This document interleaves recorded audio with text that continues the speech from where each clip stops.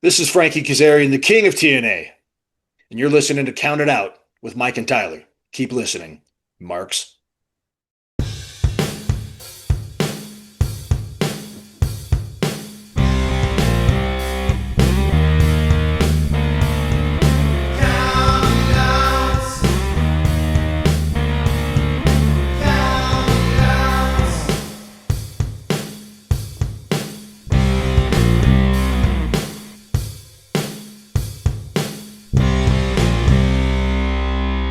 You are listening to Count It Out with Mike and Tyler.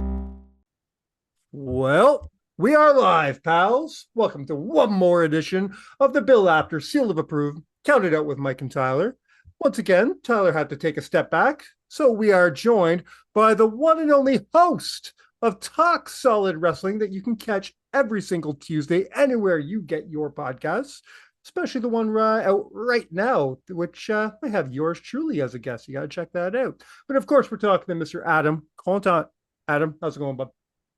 Very good. I've got my Coke Zero ready to go. Yes, sir. So we're all set, man. I wanted to ask you, what did you think of your episode that just dropped? Absolutely loved it. Everybody can listen to it right now anywhere. I'm not gonna lie to you, man. I listened to it 2 weeks ago because I happen to be a Patreon subscriber. So if you subscribe to Patreon, you could listen to it pretty much 2 weeks ago, just like I did. So I've been enjoying it. I absolutely loved it. Just as almost as much as I loved your episode with Uncle Custom Marcus Ryan. And before we get too far, I want to ask you about that. You've known Uncle Custom for a very long time, and you have the privilege of working with Mark week in, week out at Rock Solid. Was this interview any different for you? Because it wasn't really an interview. You're just talking to a friend, or were you still trying to put on Mr. Rock Solid? I'm going to get this, this interview done. What was it like talking to Mark on the inaugural episode of Talk Solid? It was easy breezy, man. The cool thing about the crew that we run with is that they're all fascinating people. Yeah. So any chance I get to talk with some of the men and women that I work with at Rock Solid Wrestling in a non-gimmicked capacity, it's a real treat. Custom, we did talk wrestling, but it was so neat to talk to him about his first match and about riding the roads with Tid and his approach to teaming with him versus his current tag team partner in the Wrecking Crew, Mikey Jenkins. The guy's a wealth of knowledge, but also so personable. I would love to take a road trip with Custom and just sit there and just listen to him trade stories. Although, if you listen to the episode, he'll tell you he's probably just going to fall asleep on you anyway. Thankfully, he didn't during the interview, so we must have did okay. I absolutely love this episode because first of all, I'm a big time fan of Marcus Ryan, going back longer than I care to admit because it'll show my age. But I love a guy that, I came up on this indie scene watching a guy like Marcus Ryan be part of some of my favorite matches and some of my favorite teams. So for you to go that deep into his work with Tid was great for me because I love the Dirty Vets. I put the Dirty Vets in my, like, if I'm doing top 7 tag teams on the Ontario scene of all time, the Dirty Vets are up there. I don't know about the Hollywood Hunks, but the Dirty Vets are there, bar none, for sure. So for you to talk about, and for him to talk about his relationship with Tid, that was very cool for me. To hear him talk about the stuff he did with Sean Spears and Sean Spears' student was very cool because I didn't know any of that stuff. When you start to think, you know everything about somebody because you've been following their career or know them personally, and then they're able to come out and tell you things you don't know. I really love that kind of stuff. And that's the kind of stuff I think you're going to see every week on Talk Solid Wrestling. You're not wrong about that. And if I could just make a little side comment there, that student of Sean Spears, Zach Prescott, the starting QB, Zach EP, he's the one to keep an eye on. He's going to be a big star someday. He's got wrestling in his blood. That's all I'll say about that. So you got to make sure that you keep an eye on him. I absolutely love that. I was talking last week about certain divisions in the Ontario indie scene is starting to maybe possibly deplete and not be as rich and vibrant as it once was. But the scene as a whole, I think, still has like every single promotion has one or two of those guys who are like, you keep your eye on this guy. For us, I'm going to say in this area, I'm going to say it's Kuya Cole. Kuya, you keep your eye on this whippersnapper, man. He's coming straight out of a whippersnapper. Who am I? Fucking Jasper from The Simpsons. You're just a Mikey Whipwreck fan, like the rest of us. That's it. Yeah. So we were lucky enough to book him on the Cowbell Show last year. I've been watching him in Barrie. He's coming straight out of where's his camp over at Battleground and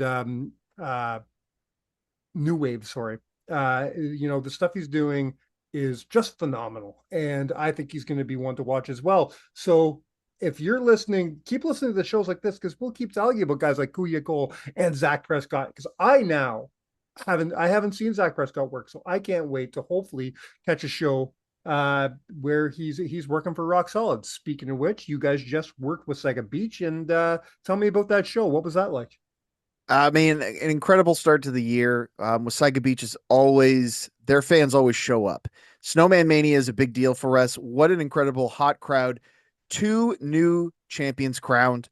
The Scordinos managed to capture the Canadian Tag Team Championship, and Daddy Davis finally, after chasing Jake O'Reilly for a year, dethroned the Canadian Heavyweight Champion. Now, Daddy is back on top, and it's what Daddy says, Daddy goes. And I'll be very interested to see what he has in store for the crowd in Bracebridge come Saturday, March the 28th. If you want to see Daddy Davis, the aforementioned Zach Prescott, or the new Canadian Tag Team Champions, the Scordinos, and many more of your favorite Rock Solid Wrestling stars, tickets go on sale this Friday, February 27th. That's rocksolidwrestling.ticket.ca. That's rocksolidwrestling.tickit.ca. Or if you can't remember that, rocksolidpro.ca. You can find the links for everything right there. I also want to quickly plug, this is very exciting. We've got an event t-shirt for Big Trouble in Bracebridge. It's on sale now at rocksolidgear.ca. I've ordered mine.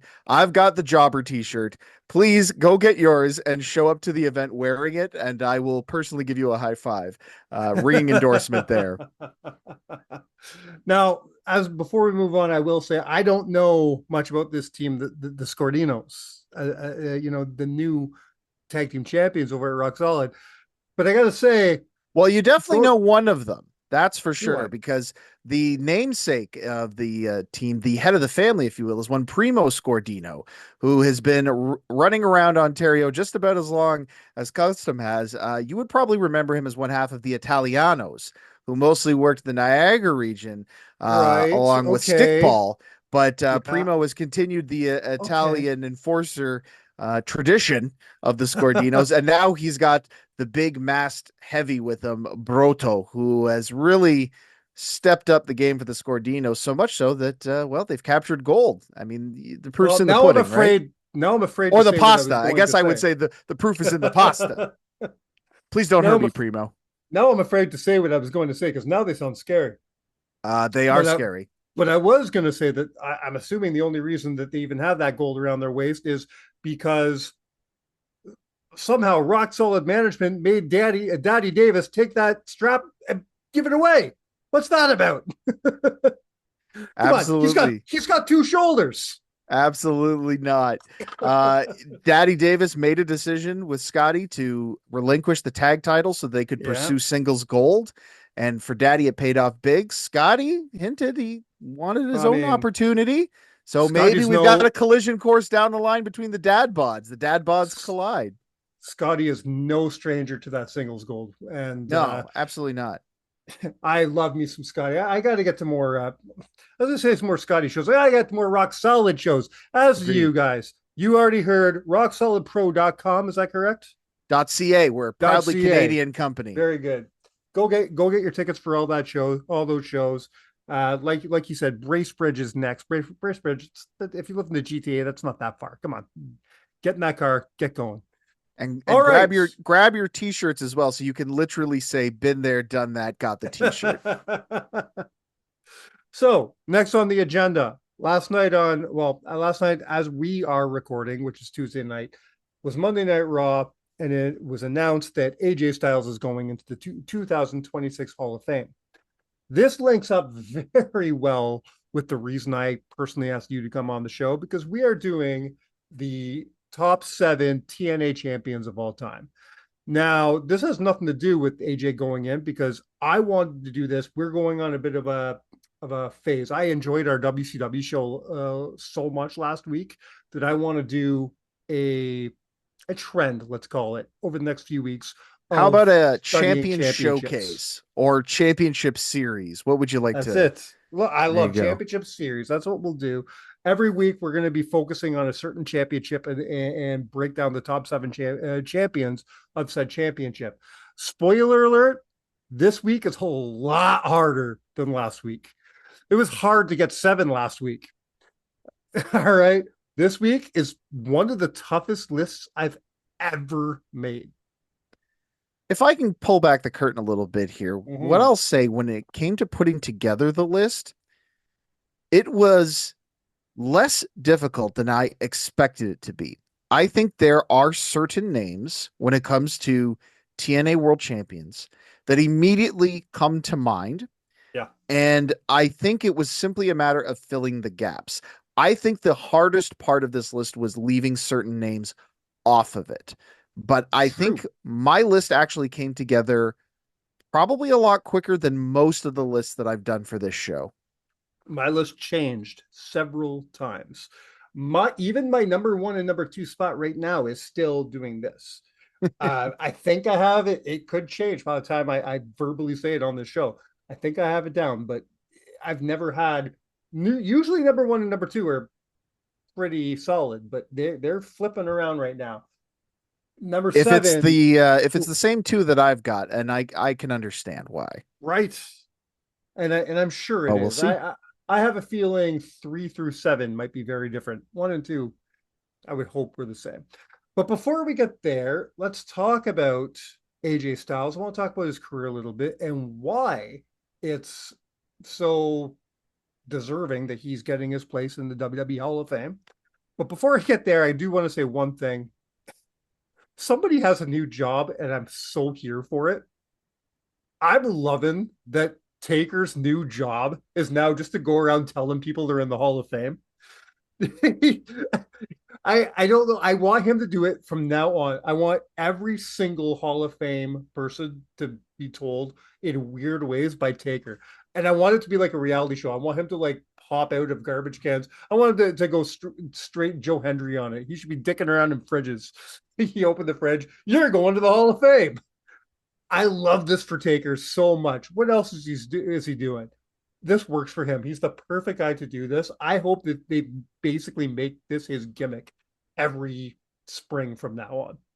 I have 2 pitches for this. Pitch number 1 is every year they set up a booth at Access where you pay money to have the Undertaker tell you that you're going into the Hall of Fame. Love that.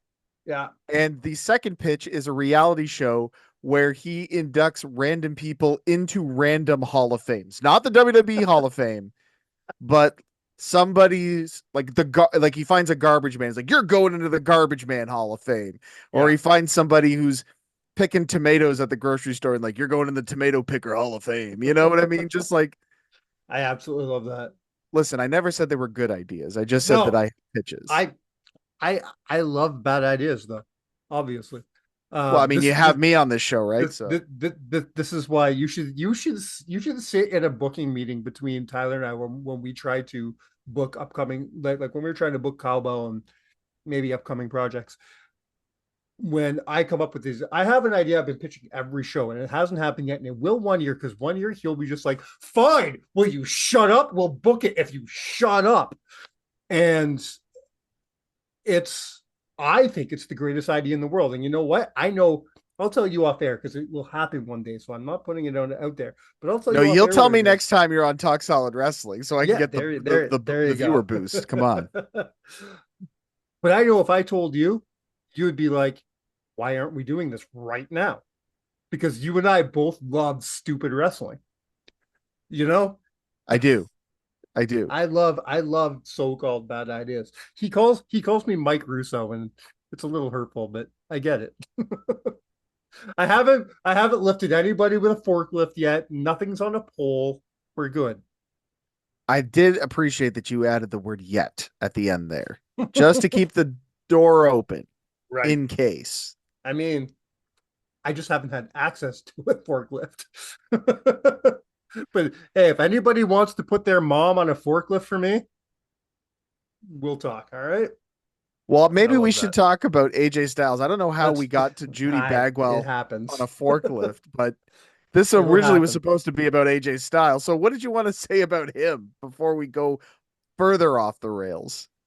So obviously AJ is taking his place into yet another Hall of Fame. He's already in the TNA Hall of Fame. Correct me if I'm wrong.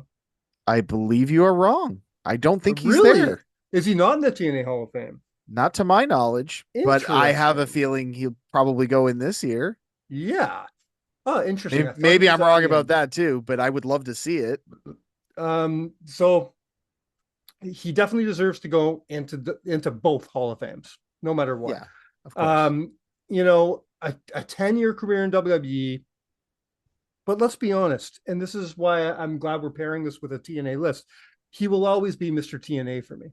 He will always be. I won't even bother doing a greatest TNA performer list because it's just AJ Styles. There's no list. It's just AJ Styles. AJ will always be I guess you could say the Hulk Hogan or the Stone Cold Steve Austin of WWE. That's AJ for me and always will be. For him to be able to bring what he did in TNA and do a version of that in WWE was very special because I didn't think he'd get 10 years in WWE. I didn't. When he came over, I said, oh, we'll get a couple years out of him and then he'll go do something in Japan or end up back in TNA. I didn't expect 10 years over there. I sure as hell didn't expect him to retire in WWE. So to get that was special, and to get, everything we got, to see the cool reaction and the cool things they did for AJ last night on Raw. Having all those TNA guys involved was very fun. Having Abyss on WWE television for the first time since Chris Park, because Chris Park's been part of that company for going on 10 years, no? Close to that, if not. Yeah, yeah. So to have him involved, just having Frankie open that door and Abyss is standing there, me being an old school TNA fan, like because my favorite era of TNA is between 2003 and 2008. So The seeing golden Frank, years. yeah, seeing Frankie and Abyss on WWE TV, that just makes me a happy little Mike. Yeah, me too. I thought that was a really cool moment and very fun to see that they allowed those characters to show up. I absolutely agree that last night's show was a very classy affair from Mm-hmm. WWE and a great send off for him. I was super happy that he got to have his farewell in Atlanta, which has been Yep. home for him for years.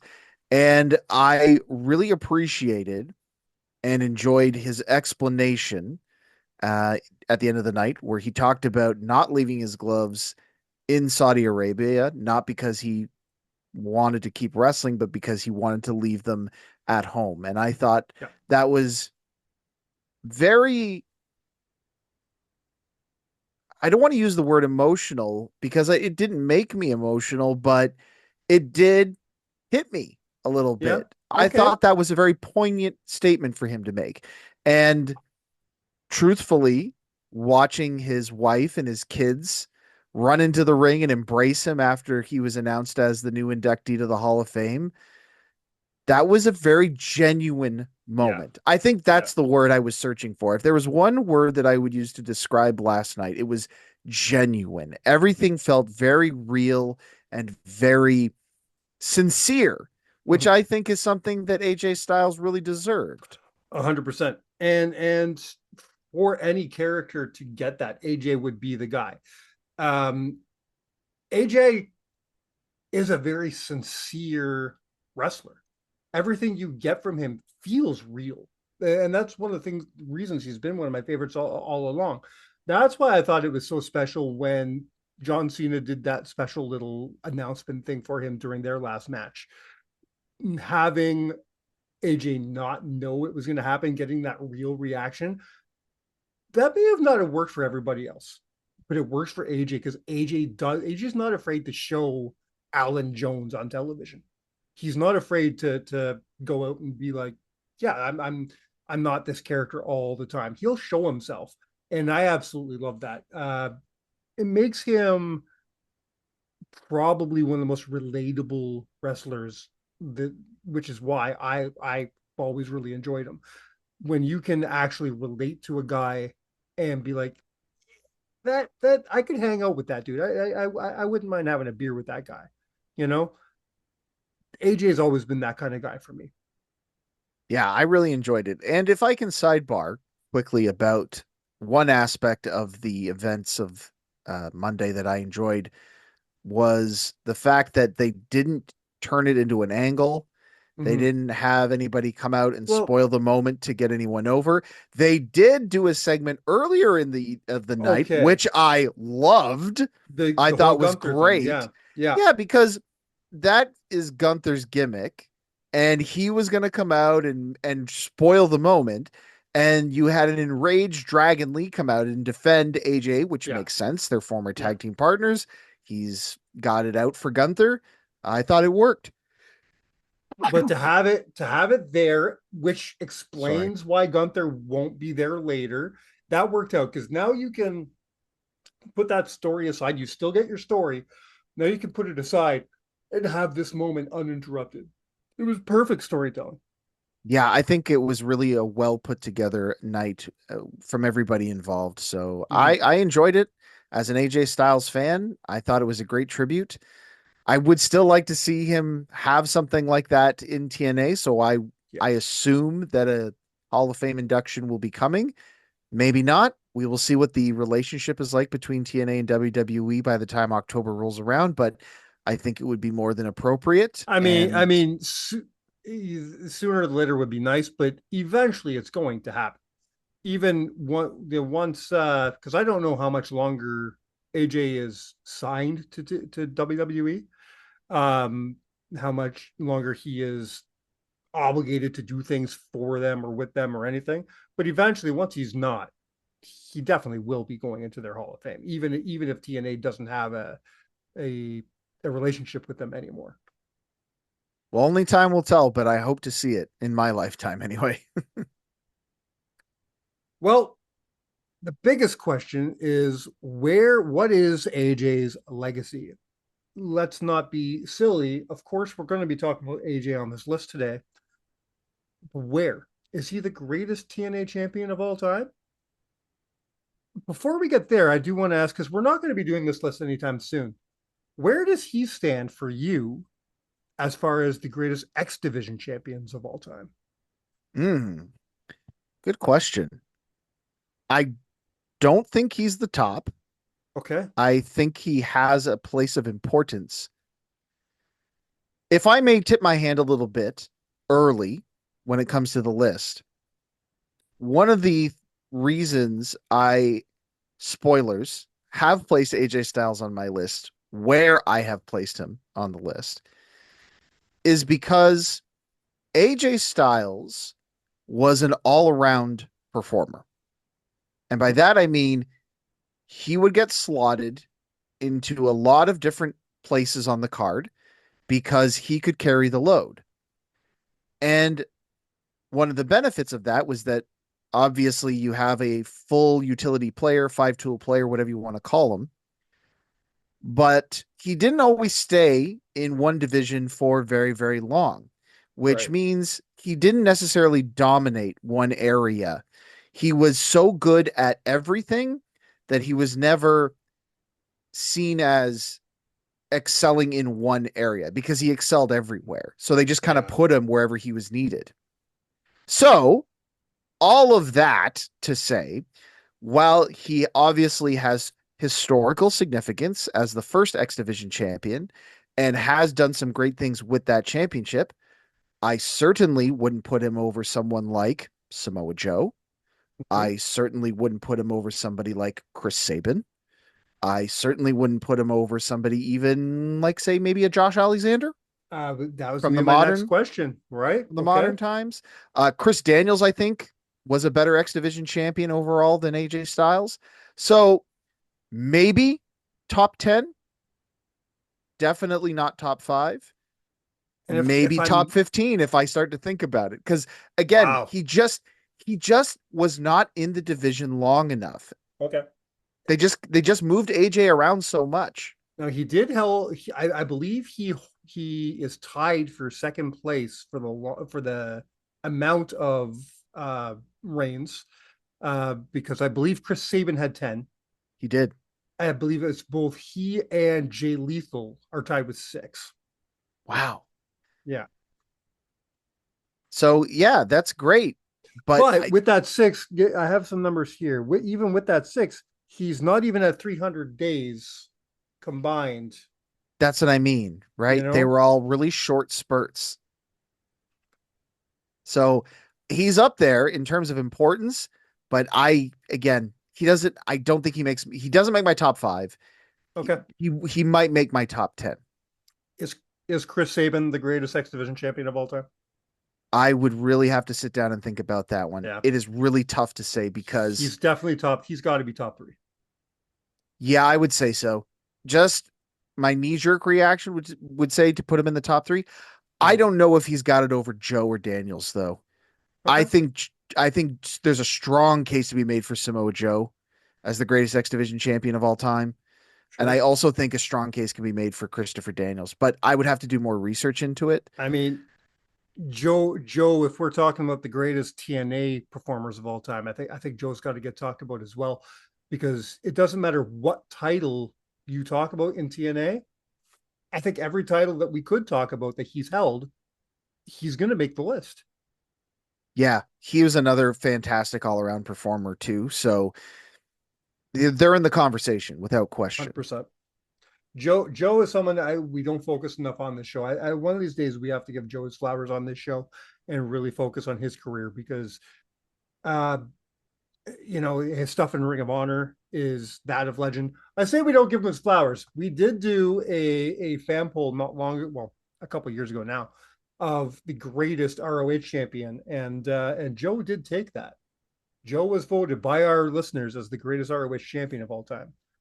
Yeah, But I think it's got to be. I was Lethal the other finalist with him. I don't remember, to be honest. In my Been a while opinion, ago. it's him and Lethal are the Yeah, two greatest. I could take that. Now, Samoa Joe has been voted the greatest ROH champion.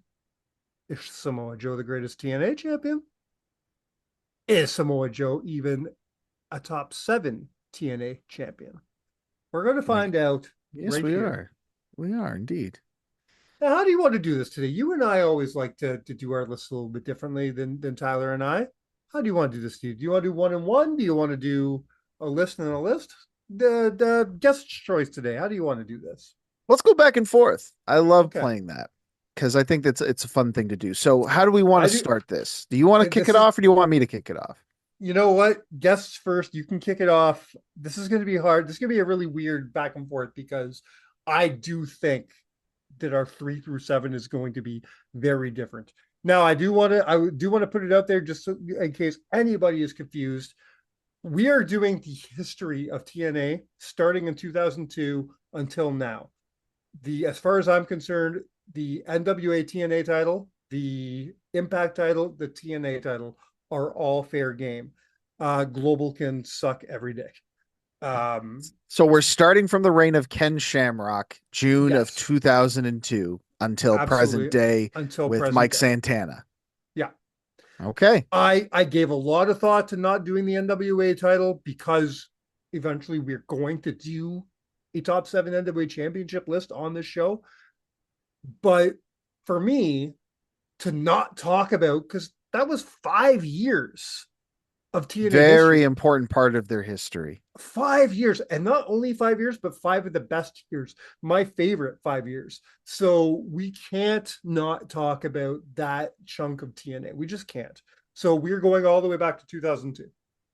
All right. I'm glad that you've set this table for everybody. I appreciate And as far that. as I'm concerned, the Impact title is the TNA title. Nothing changed. You know Right, what I mean? exactly. Like it's not a different championship. It's got the It is same the lineage. It's top title for the company. exactly. No matter what it was called at the time. That for anybody to consider it separate, it would be the same thing as saying the WWE Championship and the WWF Championship were two different things. Right, exactly. To me, it's the tomato kind of deal. All right, sir, let's start with your seventh greatest TNA champion in history. Well, I'm going to kick things off with a little controversy, a controversial pick, but it's a little appropriate because the man I have at number 7 is no stranger to controversy whatsoever. My number 7 pick is the greatest man that ever lived, Austin Aries. All right. Every list, because I did take a look at a lot of lists. Every list I saw had him in the top 10. I couldn't do it. I'm just not that big of an Austin Aries fan. I don't get the hype. Someone's got to sell me on this guy. I never saw it with Austin Aries, and I definitely didn't see him in TNA during his reign. So sell me on this. If I may, please. So his first reign was one of very historical significance because without Austin Aries, we don't get option C. He was the first guy to cash in. That is one of my favorite gimmicks in TNA history. And it came at a very strange time because it was during Bobby Roode's It Factor reign as TNA World Champion. And it was very clear that the plan was a year-long build-up to him versus James Storm at Bound for Glory, because those two had turned on each other the night after James Storm won the championship, and they hadn't even touched. So it was very clear what they were trying to go for. But Austin Aries came in and got so hot and so popular that it could not be ignored. And they had to put the championship on him. So they have a barn burner of a contest at Destination X 2012. Aries captures the title, has a great reign through the summer, eventually turns heel so that he can drop the title back to Jeff Hardy in an incredible ladder match at Turning Point, and then goes on to have another career renaissance in TNA. Fast forward a few years, he's now in WWE at the beginning of what I feel is his best career years, 2016 to about 2019. I personally feel those are Austin Aries' best years. Working in the cruiserweight division with WWE, he was at the top of his game, left the company and came back to TNA. And TNA was not in a good place at this point in time. Impact Wrestling was really struggling. But they put Aries on top, and they really started to hone in on his wrestling ability. And I want to say this because I know some people are going to hear what I'm about to say and roll their eyes. But at the time, the idea of a belt collector was still a kind of fresh idea because we hadn't really seen it on mainstream American television for wrestling since the days of Ultimo Dragon. But Aries started a belt collector gimmick, and it was one of the things that got me to pay attention to Impact Wrestling again and go, that's interesting. So he was putting new eyes on the television sets, which they desperately needed at the time, and having banger matches with the likes of Pentagon, with Ray Phoenix. He was telling people that it was safe to watch Impact Wrestling again, and it was because he was the focal point of the programming. He had fantastic matches through the run. He had people talking about him, whether it was good stuff like the belt and option C, or whether it was bad stuff like dropping the title in a maybe shoot, maybe worked ending to Bound for Glory with Johnny Impact. We don't know. But the guy got people talking about the championship again. And it was hard to leave others off the list, but the guy was consistent. He made big impacts when he had the belt. And when I think about TNA champions, he's one of the guys that comes to mind. So he gets my number 7 spot. So maybe I'm not being fair because I do think that he was on top during an era that I just wasn't watching enough TNA. My love for TNA really did go south in about 2012. Picked up briefly when Matt Hardy was doing the big money Matt gimmick, moving into the Broken Universe. I was, but even then, I would tune in only for the Matt Hardy stuff. You know what I mean? And then I dropped off again until 2019. I have you really to thank for to reigniting my love for TNA, because it was, if you and I hadn't gone to Rebellion in 2019, I don't think I would have jumped back onto the ship. I mean, I think You know? Scott Demore, Don Callis, and the Yes, wrestlers probably deserve a little more credit than I do, but definitely, I'll take the definitely. compliment. Thank you. So from 2019 on, I was back on, but this is Austin Aries is gone by this point. So I was not really focusing on TNA during his era. So maybe I'm not being fair enough. However, to me, Austin Aries, and this is going to be controversial as well, but he falls to a category of certain people that I think get a lot of hype and that just has never really resonated with me personally. Those kind of people that I want to like, I want to get behind, and just never did it. Another person in this category is EC3. Another person in Another this guy that I category, like a lot more than you do.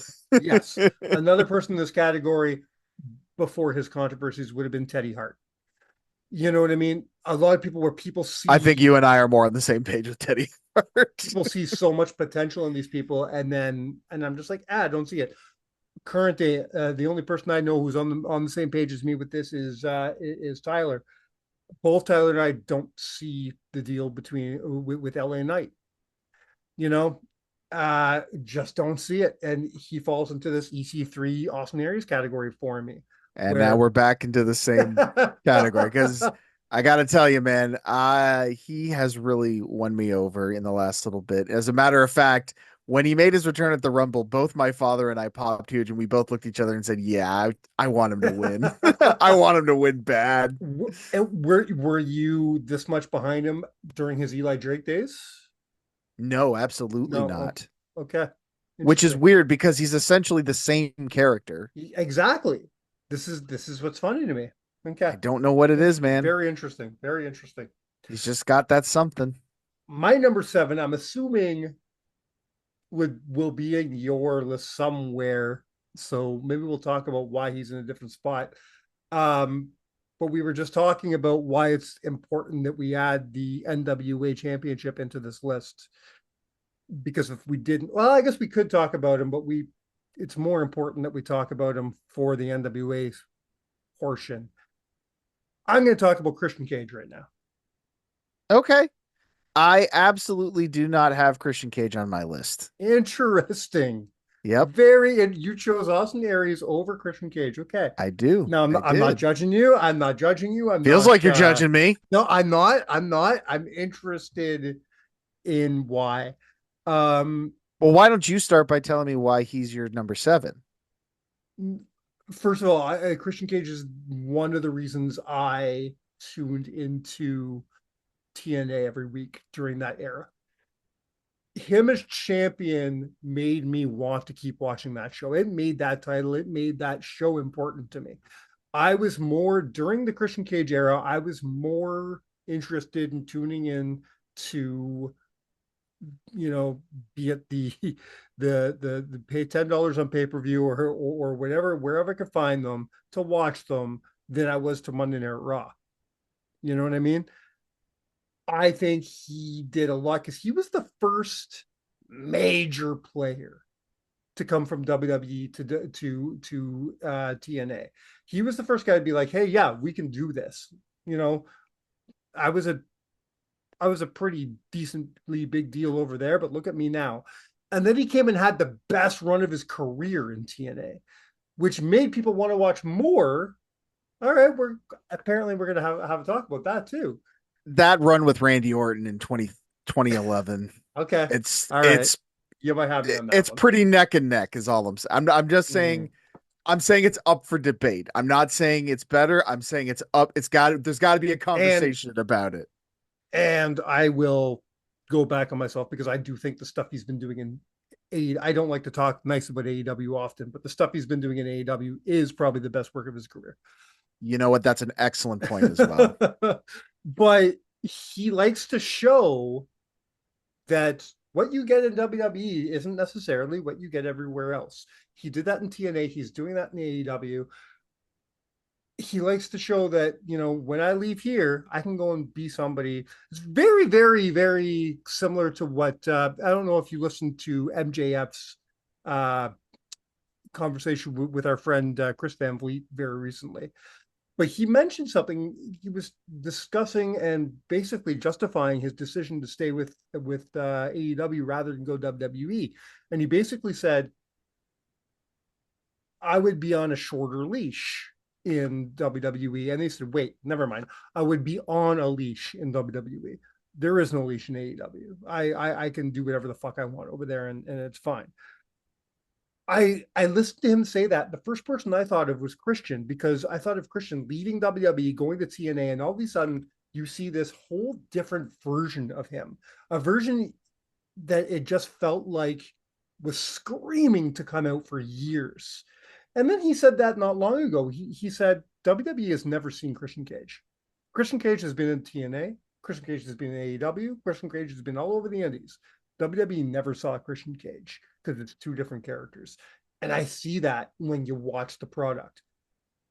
As much as I love Christian, I'm a big Christian Cage fan. And I love me some Christian Cage in TNA. And him holding that title, I think, did a lot for the company. I think it put eyes on the company. People who normally would be like, what, that Jeff Jarrett company? I don't give a shit. Oh, Christian's their champion? Well, what are they doing? I think it did them some good. I think that everything you said is true about Christian in terms of his incredible work in that company and his run there. Mm-hmm. But I think when it comes to Christian Cage as champion, NWA champion in TNA, the chase was better than the capture. And I think once he had the belt, he didn't really do anything with it. He had a nice little program with Abyss. But outside of that, I can't think of anything really all that memorable in terms of programs with the belt. I mean, and shortly thereafter, less than a year after he arrived, Kurt Angle showed up and nobody cared about Shiny Toy Christian Cage as the guy anymore. You're not wrong there. Now, I will say another part of my factor for having him slip into the number 7 spot was definitely the program with Kenny Omega and with Josh and all that going in with the AEW TNA angle. Yes, different title, but same title. So that really did play him, because he played a big part in that, and him holding that title even briefly really elevated Josh and that whole storyline. I think they picked the perfect guy to have in that spot. Well, the perfect guy would have been Kenny Omega, and he would have put over Josh Alexander, but who's remembering sour grapes? We won't know why that didn't happen. I'm just going to go with the fact that we did get two of the greatest, at least Canadian TNA stars of all time against each other, and I'm happy with that. I mean, it ended up being pretty okay, but I'm just saying, if you're talking about the right guy, we all know who it should have been.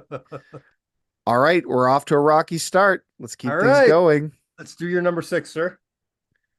I don't know if this one's going to be as controversial. I hope not, because I have been saying for years that when people want to look at the career work of this particular performer, they have to look at his run in TNA, and they really need to focus on the time that the Dominator dominated Impact Wrestling. So I'm going to put Bobby Lashley at my number 6 spot. Bobby Lashley is incredible in TNA. This is the company where he broke out as a star, and they did it by giving him the ball and running with it. And he ran 3 touchdowns back to back. He went through the stadium to another stadium and spiked the ball there. That's how good his run was as TNA World Champion. This is not controversial at all. I think it's more controversial the fact that I don't have him on my list. It is. That is controversial. It is. Shame on you. He was fighting with a couple other people versus Christian Cage for my number 7 spot. But no, this is not controversial. Every single list that I've looked at so far does have him in at least the top 10, if not the top 7, if not the top 5. Yeah. What a great run from him. His stuff with Eddie Edwards is, I think, one of the better rivalries in TNA history of all time. The it's I guess it's a belt collector of a different sort, but the idea of him where he ran through every division in TNA and just started winning all the championships. Mhm. Not to mention, the guy would just have incredible matches with anybody they put him in there. Even guys like Kurt Angle, guys like the aforementioned EC3, uh, Eddie Edwards. He had a great string of matches. And really, when you think about it, even though it was some of the darkest days of that company, if there was one thing you could point to as worthwhile in that show, it was Bobby Lashley in the main event. That guy carried that company on his back. Sometimes he was the only good thing on the show some weeks. So his championship reigns in TNA cannot be understated. This guy deserves, you want to talk about a guy who deserves his flowers. He is a TNA Hall of Fame worthy candidate, in my opinion. I agree. I had to go back to his TNA career. The problem with Bobby Lashley for me, I I, I didn't get Bobby Lashley. Bobby Lashley's initial run in WWE, I thought was horrible. I There was a hated lot it. to be desired. I yeah, I There did was not like it. potential there, and you could see it because, like, I remember even watching his match with John Cena at Great American Bash and going, "There's something there. But we got to get it out of him first." I like his match with Umaga at WrestleMania 23. I think it's Uh, underrated. That match all is, I right. think, is a much better match than people give it credit for. But it took him going to TNA to pull the greatness out of him. See, and Eh, maybe I just wasn't fair enough. I didn't give him enough chance because when he went to TNA, to me, he was just like, "Oh, it's that guy I didn't like in WWE," and now he's doing this. I tried a to pay lot attention. more I in tried TNA. to, I didn't get behind Bobby Lashley until his last WWE run. When he came out, when he did the Almighty gimmick, then I was like, "Holy shit, was I wrong?" And then the That's when Hurt I Business. and then sometimes I can just admit when I'm wrong. Bobby Lashley's one of those guys when I can admit when I'm wrong. But it was after his TNA run. Well, that's it. You don't get the almighty Bobby Lashley without TNA Bobby Lashley. It just doesn't happen. So this, I think, is some of the most important moments of his career.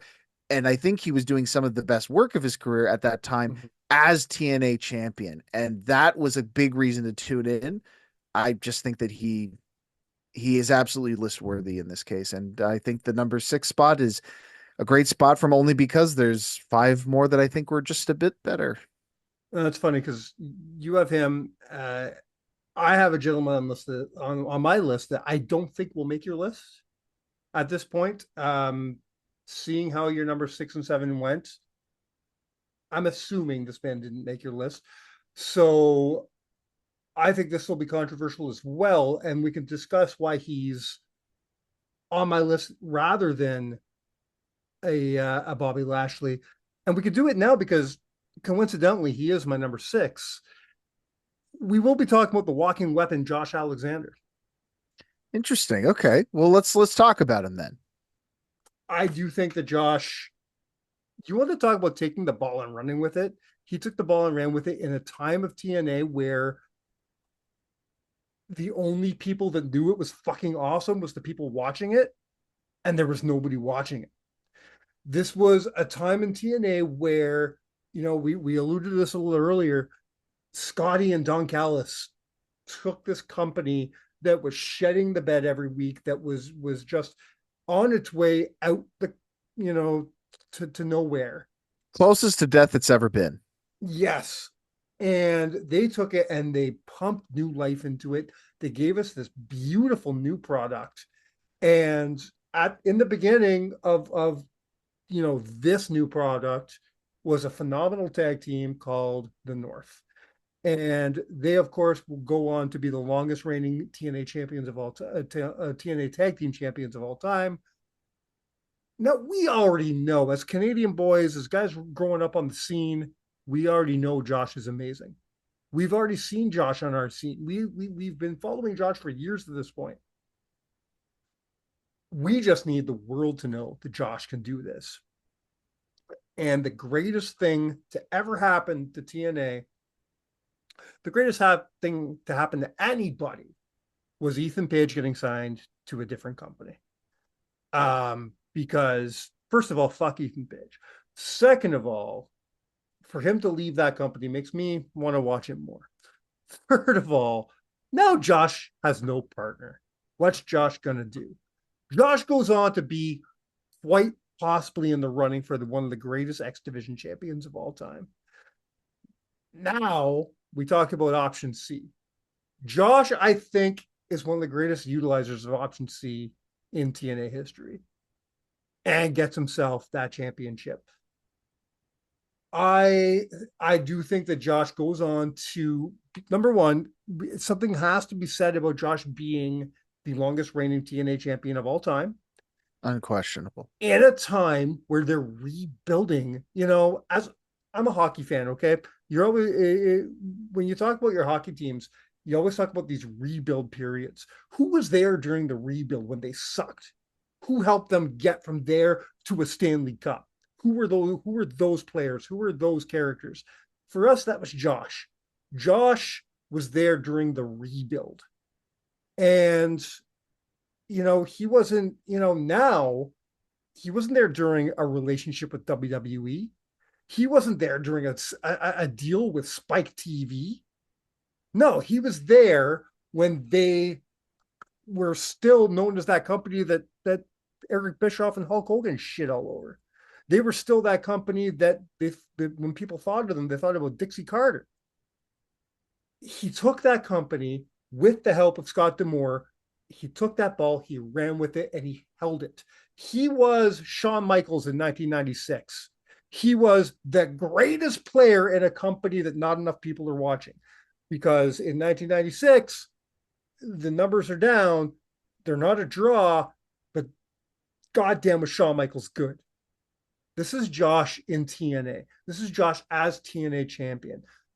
I cared when Josh was going up against Christian Cage in that match. I legitimately marked and said, I am invested in this stuff. So this whole thing, this whole storyline with Josh is one of the reasons I kept watching the program, and I do think that he deserves to be talked about with his championship reign. No, I mean, I can't disagree with you. Those are all really excellent points. So I'm not going to fight you on that one. I think it's great to see him on your list, no question about it. All right, let's rip the Band-Aid off. We talked about him a bit earlier. I'm going to talk about him now. Number 5 is the phenomenal AJ Styles on my list. And I can see from the look on your face that you're a little surprised. I'm assuming you're surprised he's this high up on the list in terms of number 5. You thought he was going to be ranked a little bit lower down my list. Did you? When I tell you where I have him, it's gonna be an interesting conversation. That's all. I bet it is. Yeah. So let me pull back the curtain. Let me try to shock you a little bit more. Until you included NWA champions, he was not on my list. I think AJ Styles, as I said earlier in this program, has been one of the greatest utility players in the history of professional wrestling, certainly in TNA. But if you look at his reigns in TNA history, they have been defined by a couple of characteristics, primarily fantastic moments when he gets the belts and not much else afterwards, with one exception. I will say that his reign in 2009 as TNA champion, pretty good reign for a little while there until he dropped the belt to, I believe it was Sting. It was after the Bischoff era. Once they paired him with Ric Flair, he lost the belt shortly thereafter that. Yeah, sure. Good reign. He did a great job with that. So I can absolutely give him credit for that. But if you look at his reign during the Asylum years as NWA champion, again, great big pops for him getting the belt, but then he would lose them so quickly afterwards. And look, that's not his fault. He was a great performer, but he was too good to be champion for very long, which I know is a crazy statement to say. But what I mean by that is that he was always needed elsewhere. And so he could never hold on to that belt very long. Had some very memorable Interesting. stuff. I liked them winning the belt in 2013. But again, we had this great story where he could come back in as the real world's champion. And what did they do? No, just Magnum beats him for it. Magnus beats him for it. No big deal. And then kick him out. I don't know, man. Okay. The face of the company, yes. Undisputed, like #1 TNA star of all time, Mr. TNA, 100%.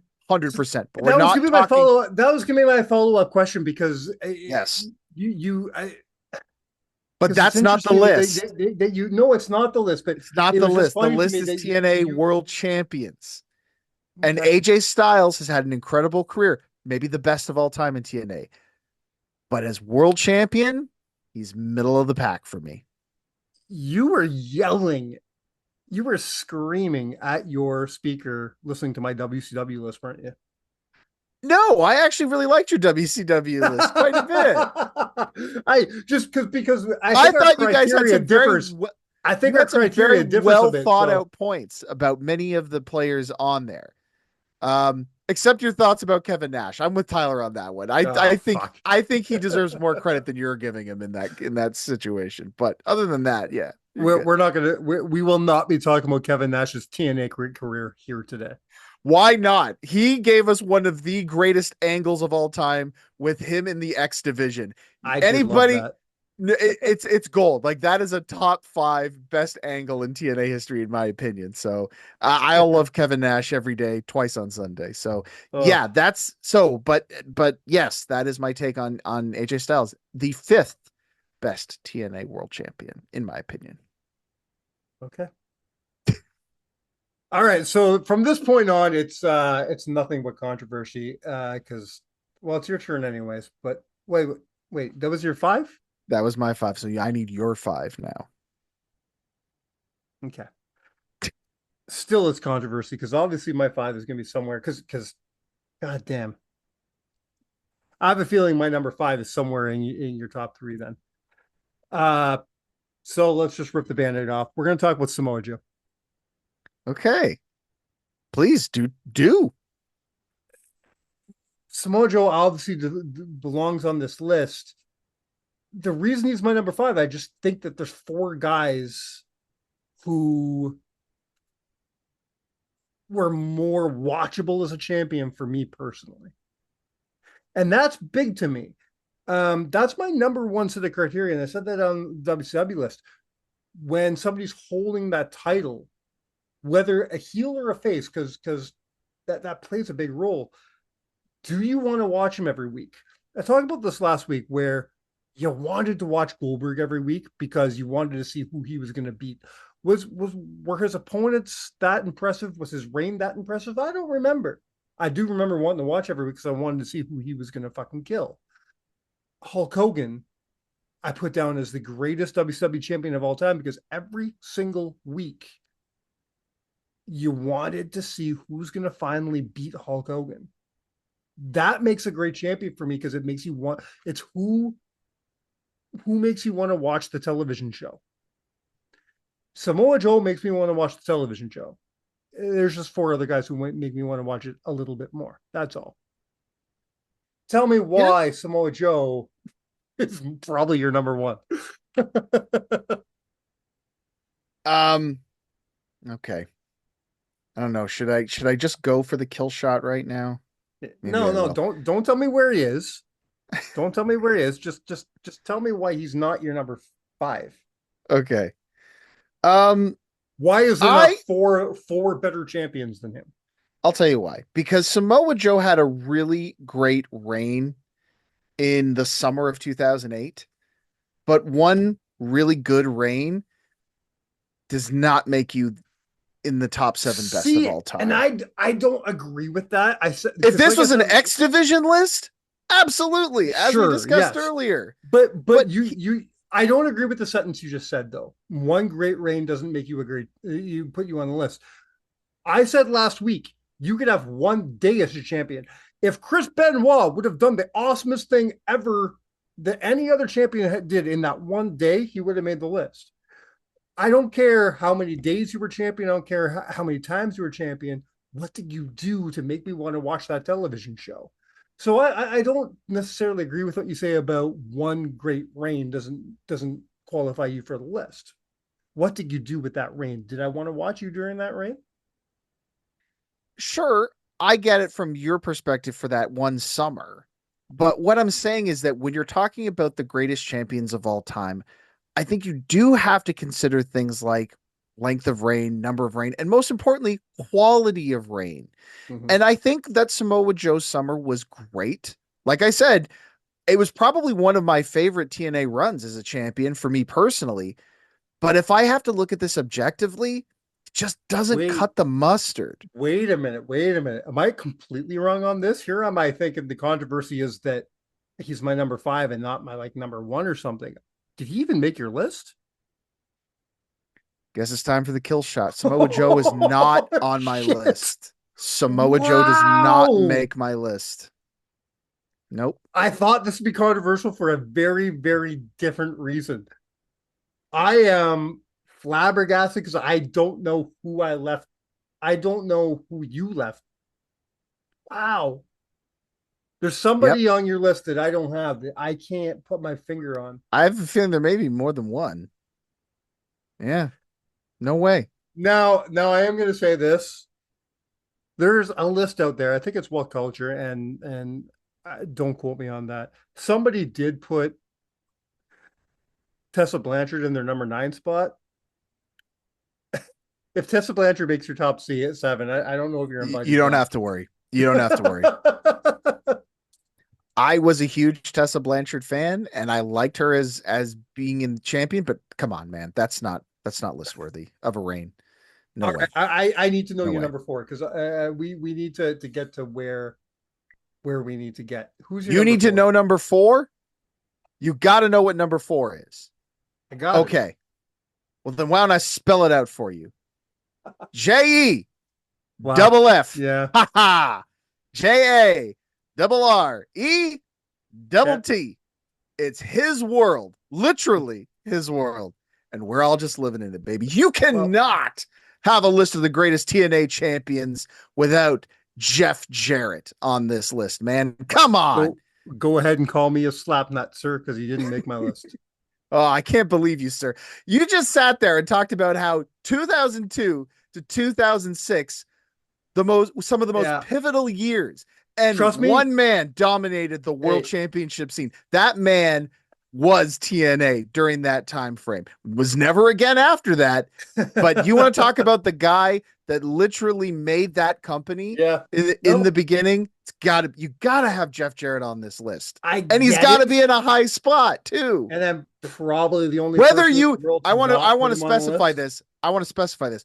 Whether you agree with the decision to book him or not in that spot, and whether you hated his reign of terror or not, does not matter. The dude was the champion more times in that 5 years. I know. Carried that championship, made it a world championship. Like, historical significance alone, he has to be in this list. I'm actually kind of mad he's not ranked higher, and it's my list. I'm going to tell you the one and only reason he didn't make my list. And you can call this fair, you can call it not fair. I don't care. This is just the reason he didn't make my list. Never once in the history of my fandom, be it WWE, WCW, TNA, it doesn't matter. Never once have I said, I can't wait for this Jeff Jarrett match. I'm going to call bullshit on that. I'm going to call bullshit on that. And I'll tell you why.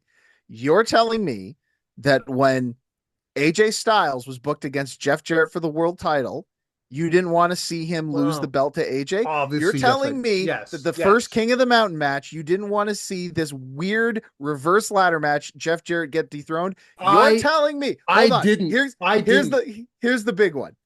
You're telling me when Raven jumped ship and finally got his match with Jeff Jarrett for the world title, you didn't care? Yeah. Come on, man. I didn't care about King of the Mountain until after I saw King of the Mountain. Then I got on board with King of the Mountain. But you got me on Raven for sure. You know, the point I'm making 100% got me on is Raven. that people would still tune in to see him lose the belt, even if they didn't want him to be So the champion. so basically, Jeff Jarrett is the Hollywood Hogan of TNA. I mean, I think if you asked him, You'd say he's the Hulk Hogan of TNA. and he brought TNA to Hulk Hogan. I get it. I get why he's on your list. I do. Um, I Yeah. just never, even as champion, it was never my reasoning for watching a TNA television show was never can't wait for some fucking Jarrett. I if anything, he was my reason for I'm gonna skip TNA tonight. He's never my guy. I don't know. I don't know how you can sit there when we have Double J MMA on video record out there. I don't understand, man. Oh, All right, so come on, that's who's your number four then? Yeah, my number four. Now, I'm assuming my number four probably didn't even make your list now, which is it's funny very to me. possible. Yeah, It's possible. because well, no, now I know our top three don't match. I know they don't. So now I'm just confused. I don't know what to think anymore. But my number four is Sting.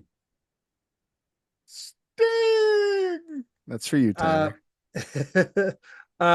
My 3 and 4 spot has done this about 35 times. Sting, Okay. up until 10 minutes ago, was still in number 3, and now it's switched back. I'm still not sure if I'm happy with it, but just say that 3 and 4 are very transferable, just like 1 and 2 are.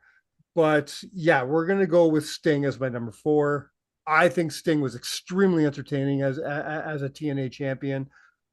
This got to a point where it was starting, I talked about Christian Cage coming in as that first guy jumping ship, and it's so exciting because we have this guy.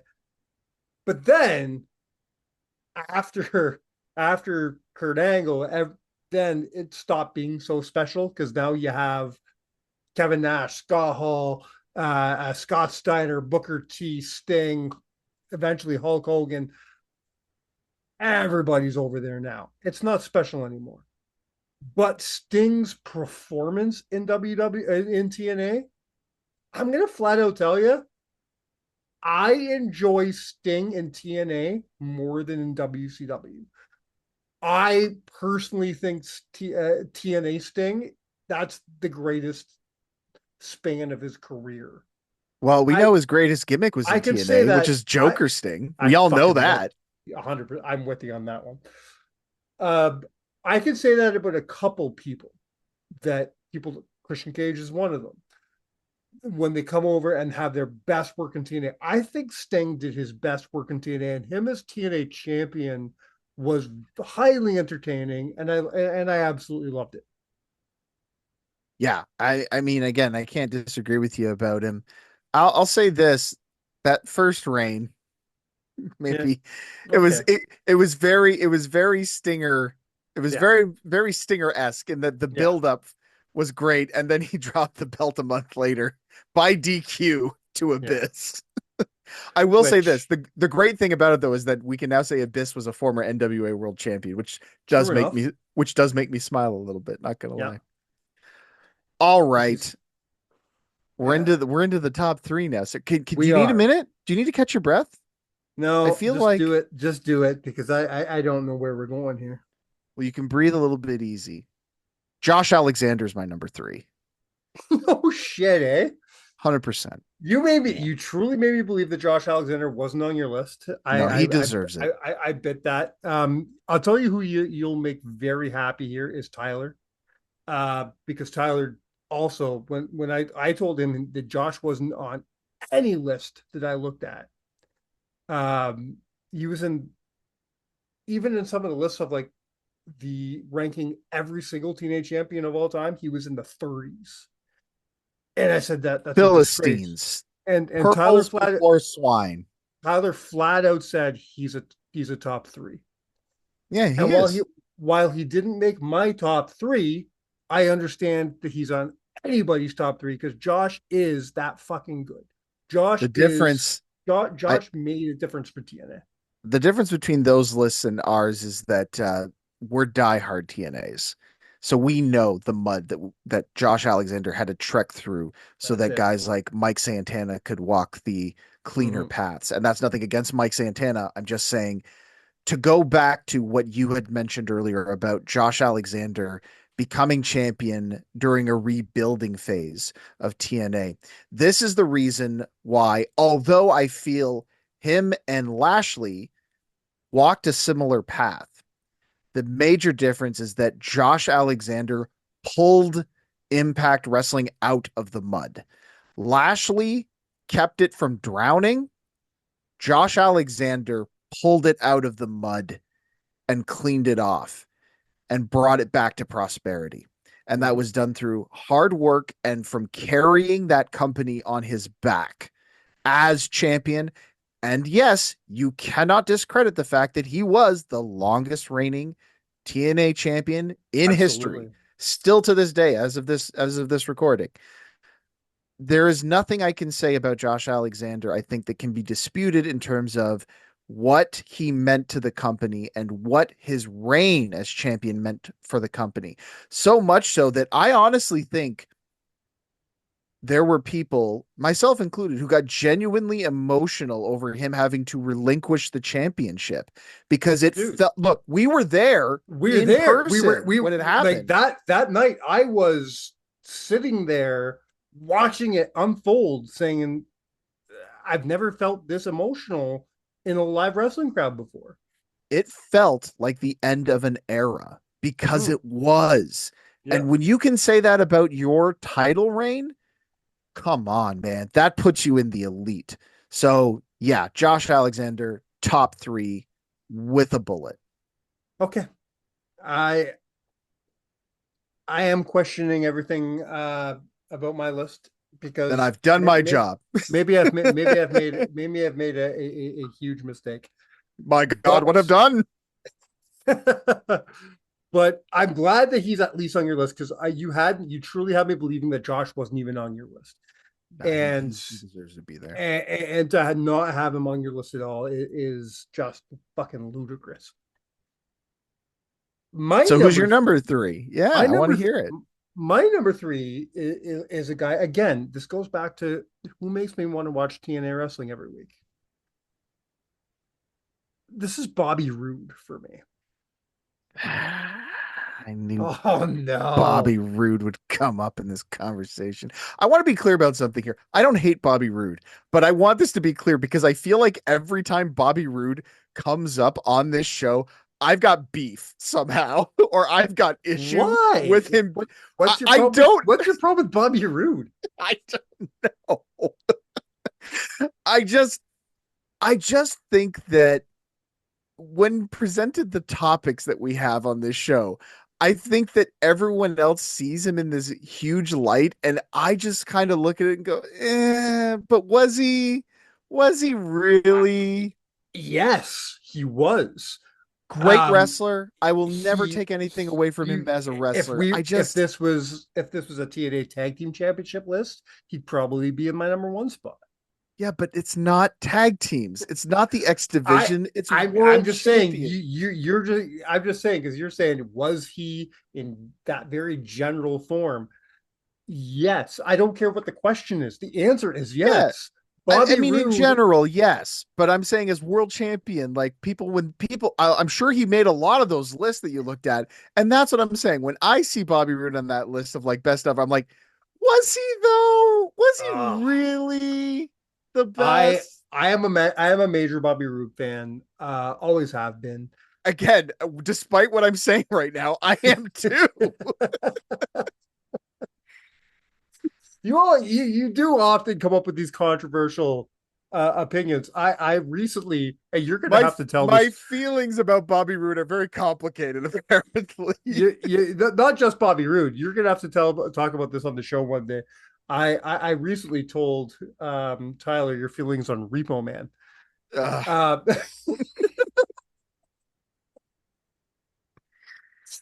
so you're not a stranger to controversial opinions on amazing wrestlers or characters, sir.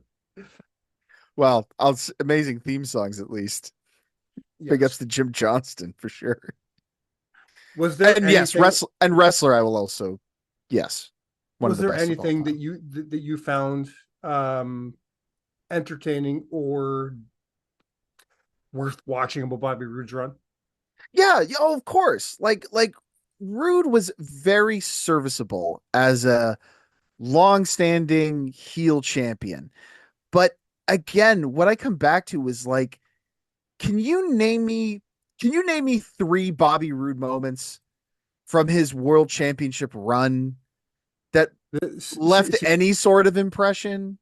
this is why I'm trying to draw this out with you because I have notes and I lost them.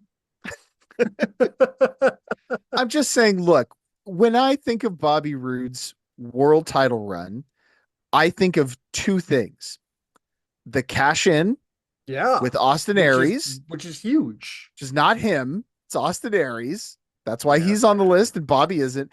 And Sting bonking his fucking head on that steel chair. And it's like, come on, man. If that's what I think about when I think of your reign as world champion, get the fuck out of here. So that's my feelings on the Bobby Roode reign. Like, long does not look. You can ask my wife. Long does not equal necessarily better. Okay, that's why she married me. to, For God's sakes. to me, he's just that guy that when you see a title on a guy like Bobby Roode, it exemplifies the championship. You know, we talk about, you know, a title making a man or a man making a title. I think of Bobby Roode being one of those guys who make a title, who come and say, this title is worth something because you believe this title because I'm holding it. I got that from Bobby Roode. Belt looks good on him. No And hell, question about it. they kept the title on him for well over 200 days. It's not the belt, man. It's what you do with it. All I don't right. think I just don't think he did enough with it. I think he did way less with it than every other person on my list. Clearly, in my opinion. All right, man. I am so fucking scared to see your number two because the only person on my list left that hasn't been talked about is my number one. Mm-hmm. Who's your number two, Adam?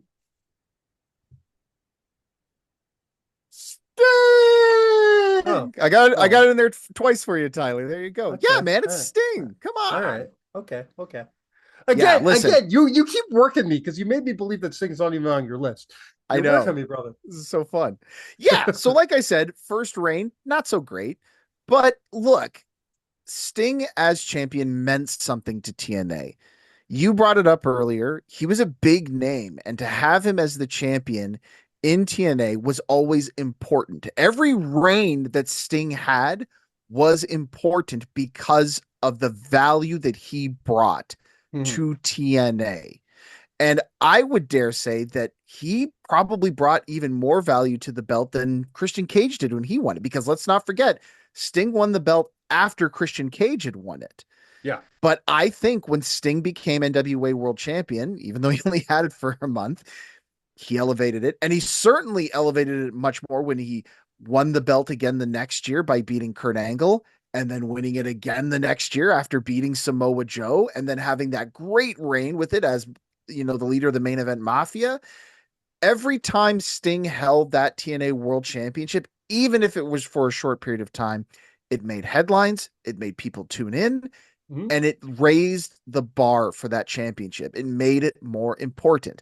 And that was definitely a commendation of the man himself. Yeah. So yeah, Sting's got to be number two. And again, just this idea of like when you think of TNA champions, Sting's got to be one of the guys you immediately So think of. 100%, 100%. And Sting coming over to, you know, we talked about how, you know, at first I said it was special when Christian came over, and then I said it got over, you know, convoluted with all the other stars coming over. Sting was different though because Sting was that guy who could have went to WWE and didn't, and chose TNA instead. No one Yeah. else did that. No one else did that. No one. Everybody else either, you know, they jumped from WCW after the closure, went to WWE for a run, and then went to TNA, or they were already in TNA and jumped over. Nobody just said, No, I'm not a WWE guy. I'm going to TNA. No one said that. Sting chose not to go to WWE and chose TNA. I think that is an accommodation in its own. Any wrestling fan watching that going, Sting doesn't want to work here. He wants to work here. We're going to watch that. That was huge.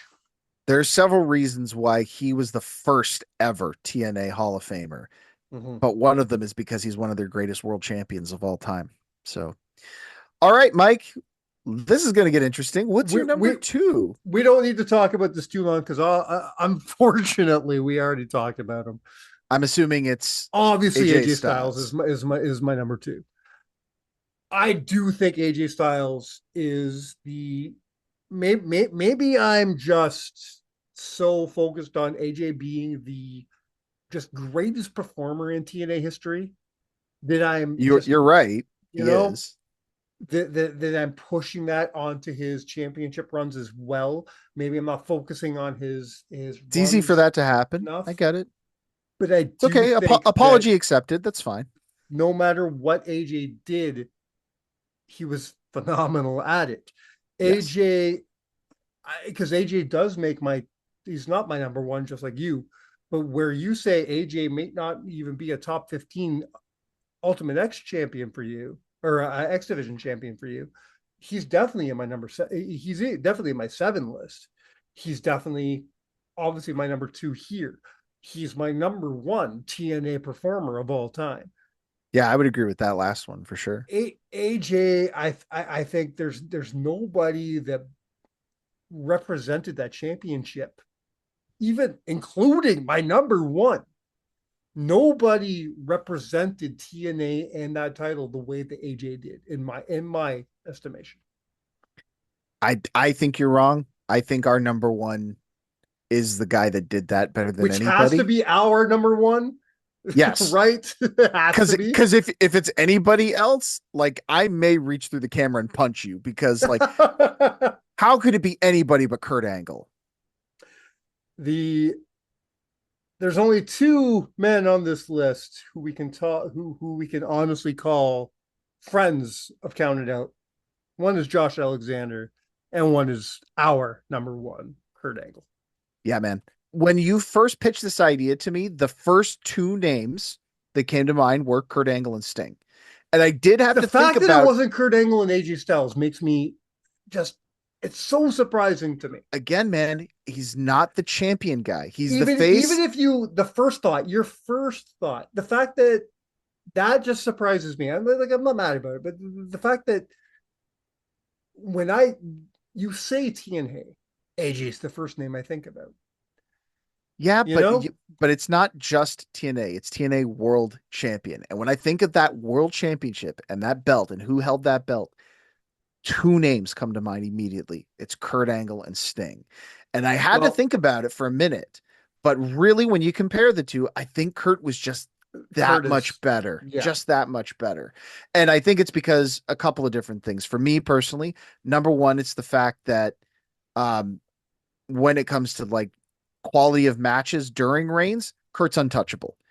Like there's a reason he's known as peak Angle during that time, right? Because he's untouchable in terms of like match quality. It's peak Angle.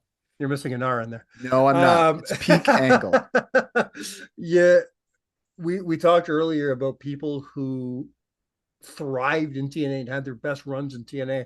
I talked about Sting. I talked about Christian Cage. I think you have to talk about Kurt Angle. Yeah. Kurt Angle's WWE run is fantastic.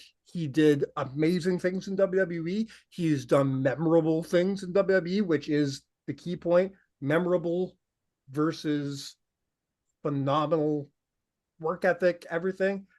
His work was in TNA.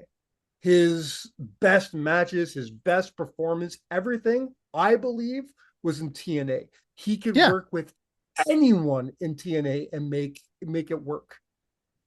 You tell me that, on paper, and I'm not talking shit at all about Chris Park, but you tell me on paper that Kurt Angle and Abyss can put on a 5-star match, and I'm laughing at you. and then they go and do it. Yeah, man. You know, No, you can do anything in TNA. You're right. And he did. This is the thing. He did do it, right? His first reign, technically, also for historical purposes, technically, I believe the first TNA World Champion after they separated from the NWA. I could be wrong on that. Austin Aries, I believe. No, Or it was no. Sorry, he Cage was the or first Kurt Impact Angle. champion. Yes, correct. That would have been correct. Yeah. But so for a historical standpoint, yes, he did that.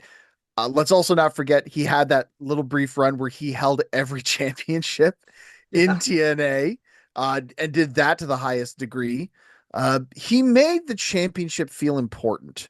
Yeah. He made it feel like it was the biggest prize in pro wrestling, not just because of that sting factor we talked about earlier, where his presence and his prestige and his pedigree elevated that championship, made it something special. But it's also the way that, again, he put on these matches that were the highlights of every show that he was on. He was the reason to tune in. And whether you wanted to see him defend that championship or whether you wanted to see him lose it, Kurt Angle was the reason to watch when he was champion. For God's sakes, he took the title to Japan and he held the belt at the same time that he was IWGP champion. He put that belt on the same level as one of the oldest, most prestigious world championships in the history of professional wrestling.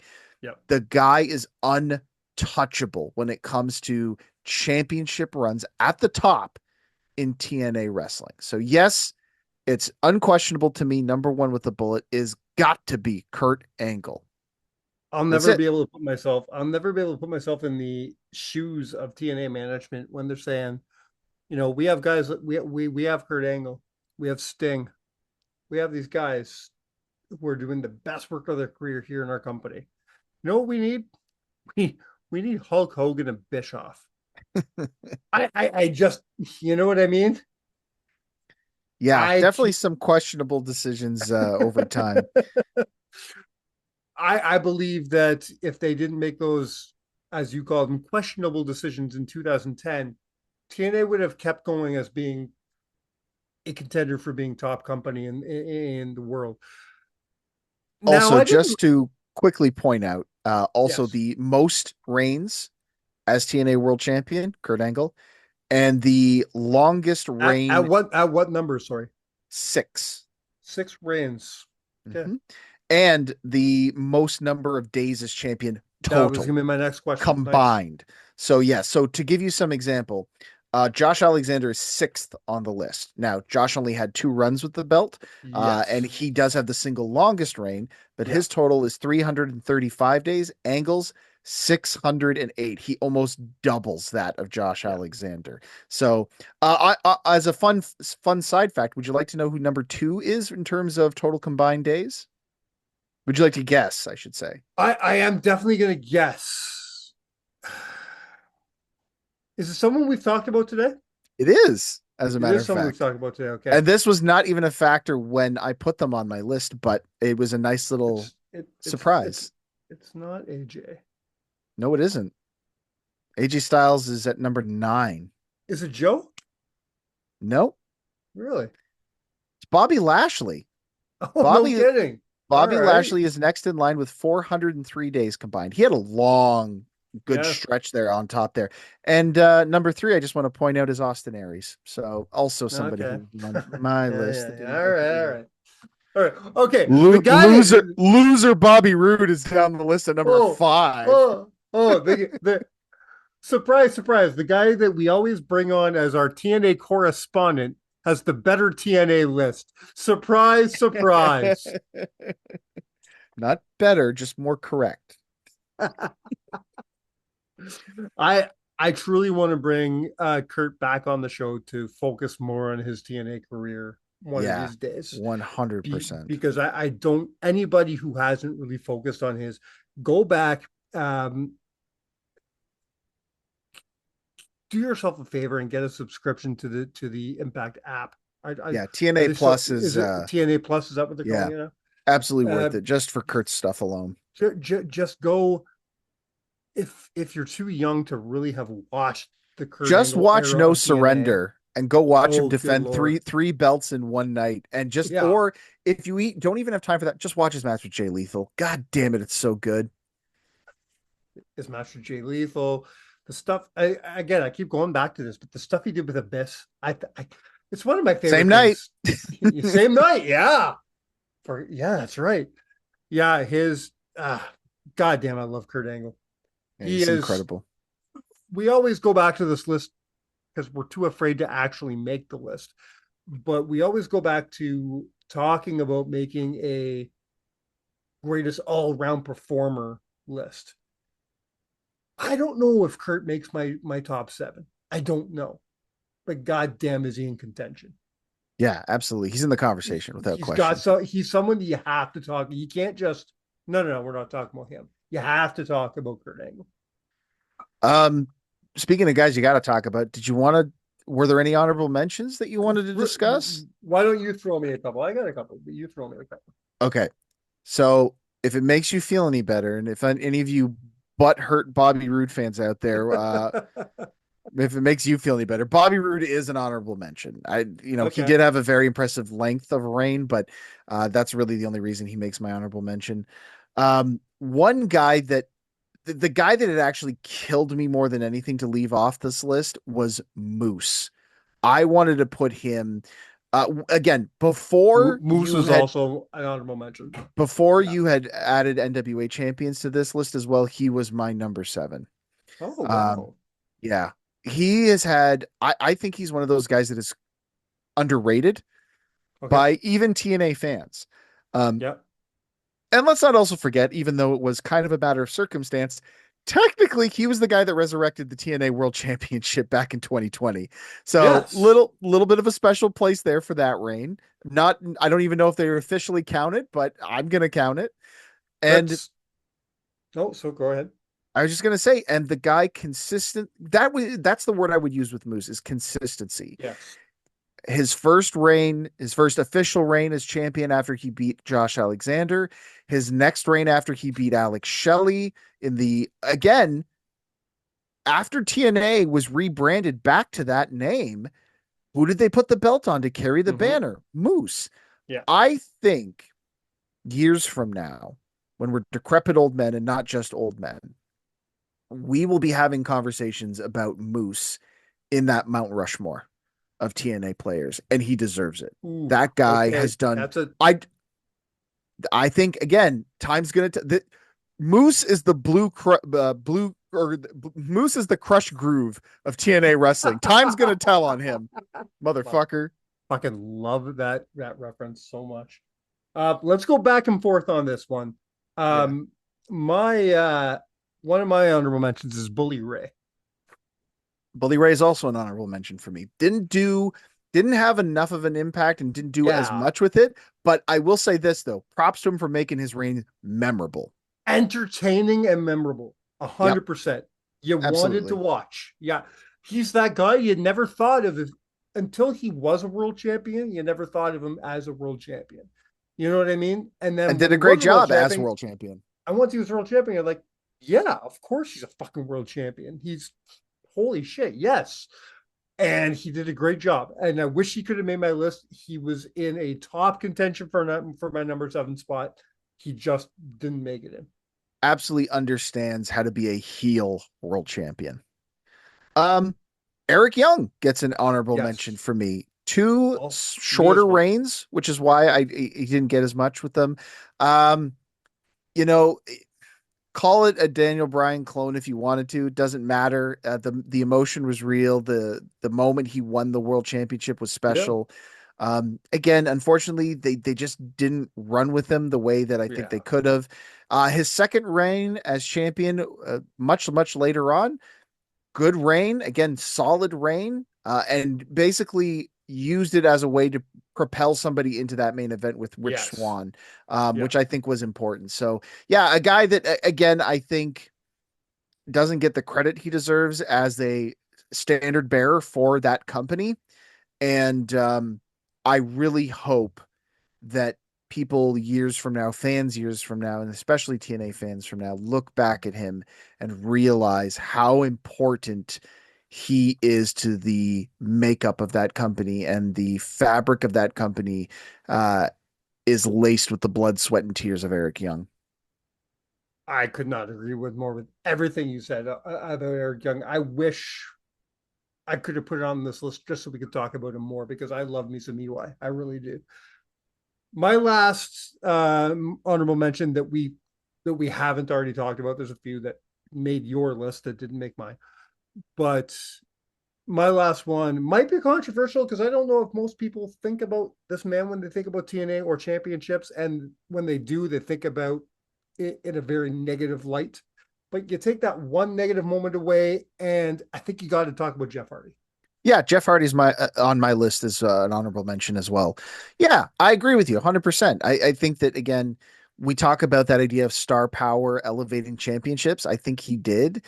Mhm. Yes, unfortunately, there were some controversial moments with Jeff Hardy that I would probably say also devalued the championship, which is maybe why he's not the kind of guy that would end up on this list because regrettably, there was just as many bad moments as there was good moments. But Yeah. I also think that the Antichrist of Wrestling run is underrated. And Mhm. God, if Jeff had just been in the right headspace, I think it could have been one of the all-time great angles. But unfortunately, he just couldn't get his shit together. Sorry, I have one more that I forgot about, and I'm going to pump it in before you get your last couple in. Sure. Because we're going to talk about Jeff. I am going to talk about Matt. Okay. I enjoyed Matt's run as champion. He'd never make the list. He wasn't good enough to even be in contention for the list. But I want to talk about Matt's run as champion because by this point in their careers, Jeff was believable as a champion. Matt, I don't know if he was. Matt made you believe him as a champion when he became a champion. And I don't think they gave him enough. I don't think he had enough time with it. I don't think there was enough stuff done, but I did enjoy him as a champion. I don't know. I think Matt Hardy had the right amount of time with the belt because once he lost it, that's when he started doing the broken stuff.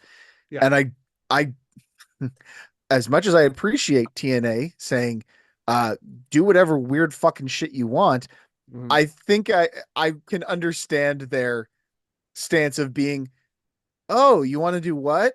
Okay. Yeah, sure. You go ahead and do that. We're just gonna take this belt back from you real quick. But without taking the title off, you don't get like because the broken brilliance was created by him losing the championship. Yeah, that's what I You know, mean.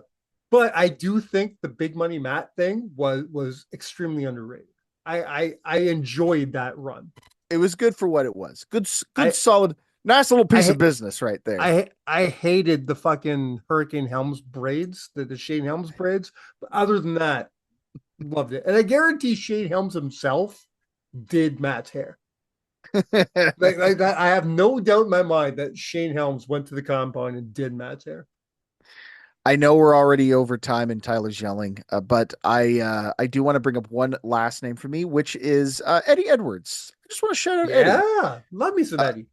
um, both of his runs I think were really great. Defined as I would define them both as great underdog reigns as champion. Clearly, the Yeah. first time that he was world champion, he was primarily working in a tag team and it was very out of nowhere, but met with such enthusiasm that it brought us a great rivalry, which was him and Bobby Lashley, as I mentioned earlier.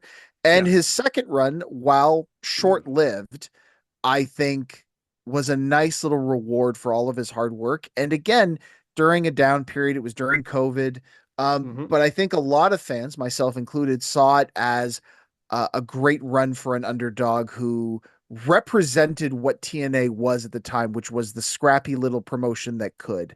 I Yes. so I wanted to highlight Eddie Edwards because I think more than anything, he is a guy that truly represents what TNA is. If you were to put your championship on a guy that best represented what your company was about, Mhm. Eddie Edwards, I think, represents TNA that way very, very well. So I wanted to shout him out because I think that people kind of forget that he's a world champion and he is a That world champion caliber wrestler. So wanted to shout him out. I'm glad you said that last part. You didn't say he is, because I do Yeah. believe we have not seen the last time Eddie has held that title. I would love to see him get it again. I truly believe that Eddie's got one more run. Every time that guy gets a title shot, I'm always rooting for him a little bit. I'm a big fan of Eddie Edwards. I'm just Yeah. that's my I even feel it's in my blood. It's a stereotypical thing. I'm an Irish guy. I love me some characters like that. I love that. Eddie, I've been a big fan of Eddie since his ROH days. So every time he succeeds, makes me happy. I do believe we will see Eddie with the championship at least once more in his career. I mean, you were wrong about a lot of things today, but I hope you're not wrong about that, sir. Well, thank you so much for coming back on the show. As always, you are always well. I say back on the show, but you're part of the furniture, Adam. You're more than welcome to come on anytime you want. I will. As hard as it is on my ego, I will say out loud and repeat what one of our listeners has said about you. You are the king of wrestling of Ontario podcasts. We love you here. Until next time, though, you're out of here. Maybe one of our other friends will join us next week for another championship list. I know who's coming, and I'm actually incredibly excited. I especially don't know if because next week. well, hey, doesn't matter. At some point, I'm excited about the person who's going to be on because people who used to listen to our old shows, our old network, would be very familiar with this person, and he hasn't done a wrestling podcast in like forever. So I'm very excited. And I'm also very interested to see, given the topic of choice, how you are going to get along with him on that topic. I'll just leave it at that. That's your little spoiler, your little teaser. I'll tear half the Band-Aid off. I won't tell you who's coming on, but a good friend of Adam and I's is going to come on and help me with the greatest AEW champions of all time. That is going to be knows how I feel about AEW. Must listen episode. That'll come in the next few weeks, possibly next week, possibly the week after. But until we get there, my friends, thank you so much for listening. Hit that subscribe button, hit that like button. Go over and listen. If you haven't already, I know you already have, but if you haven't, go listen to some Talk Solid Wrestling. I'm the guest this week, and I had a great chat. We talked about my kid. We talked about Man Mountain Rock. How many times do you get to hear about Man Mountain Rock in your week? All right. And I'm going to peel another little Band-Aid off. At the very end of the show, Deacon Batista. Now, what do I mean by that? The only way you're going to know is to listen to Talk Solid Wrestling. And do that after you've been counted out. Cheers.